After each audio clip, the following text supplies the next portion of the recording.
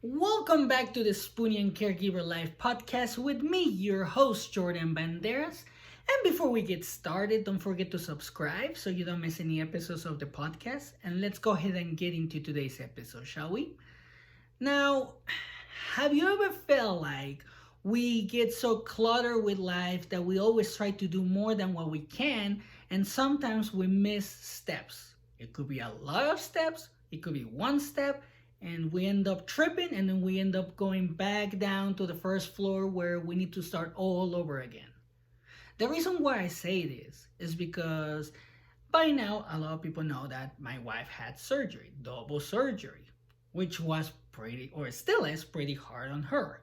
And one of the things that I have noticed with her, and I have done this myself, is that we think that whatever happens to us, we're gonna bounce back. We should bounce back within hours, within days, within weeks. We don't look at the long term in certain situations like surgery or illness, right? So what's happening with my wife right now is that she's not healing as well as she's supposed to heal. We don't know why, but her body's taking a long time to heal.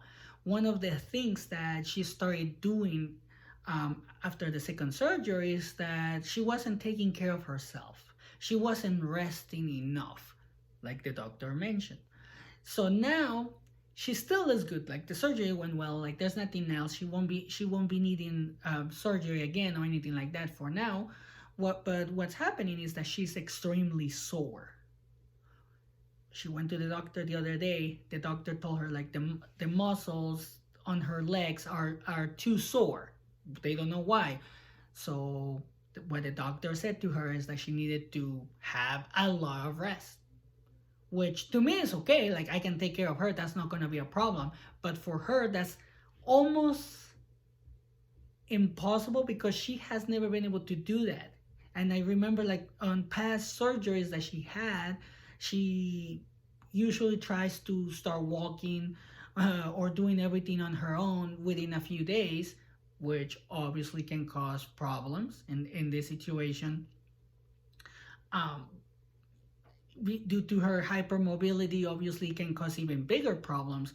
But in this particular case, because she missed that particular step of self-care and resting, now she's taking a lot of steps back. Like literally she feels like she has fallen back, and obviously that can lead to the only way that I can describe it is like self hate. Like you start hating yourself because you're like, oh, I should be better than this, I should be doing this, or I could be doing this by now, but my body won't respond. So that's pretty much what's happening with her. And I keep telling her like there are things that we cannot control. We don't know what's going on with her body because of the hypermobility and obviously fibromyalgia and all these genetic issues that she has. So that could be pretty much what's causing the problem. And when I saw this with her, I started thinking like, I have seen this with myself. I have seen this with people that I know. I have seen it with a lot of people, especially spoonies though, or people that are ill or facing some kind of illness. And it doesn't matter what kind of illness you're facing. Sometimes you have to take rest. You have to take a lot of rest, you know? And this is where we miss steps when we try to do more than what we're supposed to. Now, the reason why taking one step at a time is gonna work for me, you, or anybody is because we have to take things slow. I know a lot of people that don't do it. My wife, right? So here's what I did in my case, and this is why I told my wife that the way that I did, I don't tell her to do it the same way. I'm just like, hey, this is the way that it worked for me. You can try it your own way, or you can combine it with my way and do it your own way, and maybe it might work. Like what I told her in this situation is that once you take one step at a time, like see it this way: you're climbing a ladder, right, to get better from being ill to getting better. You have to climb to the next floor, right? Or go up the stairs to the next floor. So you have to take one step, and then you have to feel comfortable with that step, being in that step until and until then you can move until the next step. Because if you keep climbing the ladder too soon or too fast, what's going to happen is that you might miss the steps. You might miss one step. You might not be ready to move on to the next step. You know, like in this case, my wife, like she didn't rest it enough because she was feeling good. She's like, oh, I can do it. I can do it. I can walk. I can put weight on my legs. But now, for some reason, obviously, we don't know if that's what caused it or anything like that. Her body is not healing. So the same thing might happen to you, where you might feel good. You might be like, oh, I'm gonna climb all this ladder, all these stairs, all the way to like the 30th floor. But you're on the 29th floor. You have missed a few steps. You're gonna get tired. Your body might say like, you didn't take the steps that you needed to take, so I can take you to the 30th floor. So you might stumble, you might trip, you might stumble, you might fall back down, all the way down, and then you're gonna feel bad. That's pretty much why it's so important to just take one step at a time, because if we don't do that, you might have to start all over again. And I have seen it with myself, I have seen it with my wife, I have seen it with friends, and one of the things that I try to tell my wife how to do it, because she's not very patient. I know that I'm not patient in a lot of things, and I'm working on it, but this is something that she needs to work on, and probably you might have to work on as well. It's being patient. Because when we're patient and we understand that this might be a long-term thing, not a short-term thing, then we might be able to take one step at a time. We climb one step, we stay there until we feel a little bit better, until we know that this is the step that we can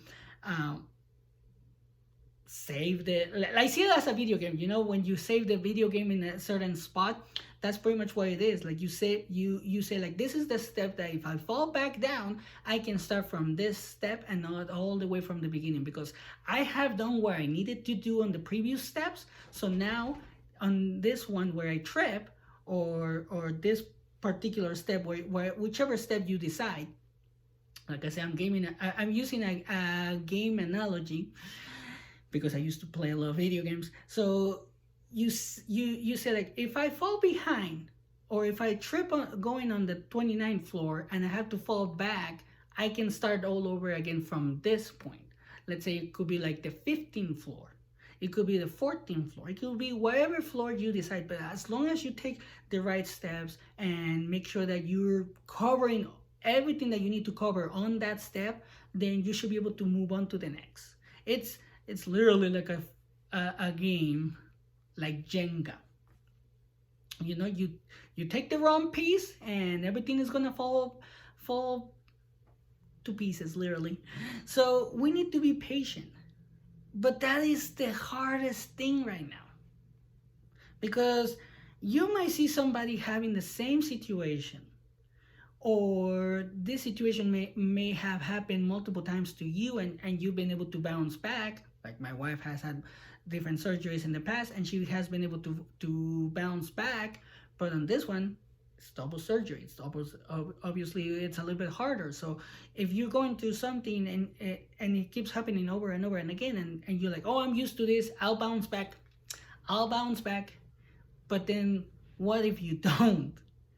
That's when we need to be patient. We need to understand that it's a long-term thing, and it might take months, it might take years. Unfortunately, sometimes it does. Or it might take as long as it needs to take, but as long as you cover everything on the steps that you need to take, then you're gonna be able to get to, let's say, the 30th floor, right? That's how I did it. That's how I've been doing it pretty much since I started working on myself. Like I take one step at a time, and and when I feel like something is pulling me back or something, or I need to go back, I do it from not all the way from the beginning, but like I give it in the example, like I start again from like the 15th floor, or like a certain step where I say, like, you know what, this is like my spot, the spot that I'm saving in case that I fall behind. That's how I'm doing it. That's how I try to tell my wife about it, and that's now why I'm telling you, like, if you rush, you might not cover everything that you need to cover, and you might stumble. And when you're going on this race, when you're climbing the stairs, you might fall back a lot. Like I said, I've seen it with my wife, I've seen it with myself, I've seen it with a lot of friends, and I don't want it to happen to anybody, because I know it's hard. And the worst part about it is that if you keep stumbling over and over and over again, you're going to probably, and this is something that I see with my wife again, it can lead to depression because you start feeling bad about yourself, right? And I know what it feels like for somebody to go through that, because I'm seeing it with somebody I care about, right? So you don't wanna go through that, because it hurts. It will hurt you, and it will hurt those around you. So we need to be patient. We need to take one step at a time. You just need to say to yourself, like, this might take me months, weeks, days, years, but I'm gonna get to the finish line. I'm gonna get to the top. You just need to take your time. Don't rush. Don't chase the thrill. Chase, in this case, the only way that I was gonna use a different analogy, but that doesn't make sense now that I'm thinking about it. Chase pretty much a way of getting better, no matter how long it takes, because time we have right now. We have the time, we have, and we want to live. But in order for you to be able to live, you have to get better. This is something that I tell my wife all the time, and now I'm telling you, like, just take one step at a time. And pretty much that's what I wanted to talk about on today's episode. I hope you guys are enjoying the episodes. Thank you for your time. Thank you for your support. Thank you for the new listeners and the new supporters. Don't forget to follow us on TikTok, Instagram, Facebook, and YouTube. And don't forget to share, like, and subscribe. That way we can make the community grow.